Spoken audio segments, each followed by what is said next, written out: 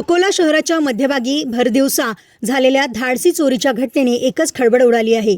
उभी असलेल्या प्लेझर दुचाकीच्या डिक्कीतून अज्ञात चोरट्यांनी तब्बल 3 लाख रुपयांची रोकड लंपास केल्याची घटना बुधवारी उशिरा रात्री उघडकीस आली।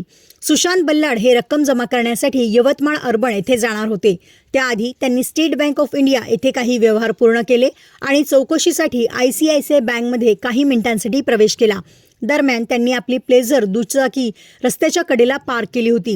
बँकेतून परत आल्यानंतर दुचाकीची डिक्की उघडी असल्याचे त्यांच्या लक्षात आले। तपासणी केली असता डिक्कीत ठेवलेली अंदाजे 3 लाख रुपयांची रोकड चोरीला गेल्याचे स्पष्ट झाले। बँकेपर्यंत सुशांत बल्लाड यांचा पाठलाग करून चोरट्यांनी संधी साधत चोरी केल्याचा संशय व्यक्त करण्यात येत आहे। घटनेनंतर परिसरातील CCTV कॅमेऱ्याचे फुटेज तपासण्याचे काम सुरू असून अज्ञात चोरट्यांचा शोध पोलीस घेत आहे। भर दिवसा शहराच्या मध्यभागी घडलेल्या या घटनेमुळे नागरिकांमध्ये भीतीचे वातावरण निर्माण झाले असून पोलिसांनी सतर्क राहण्याचे आवाहन केले आहे।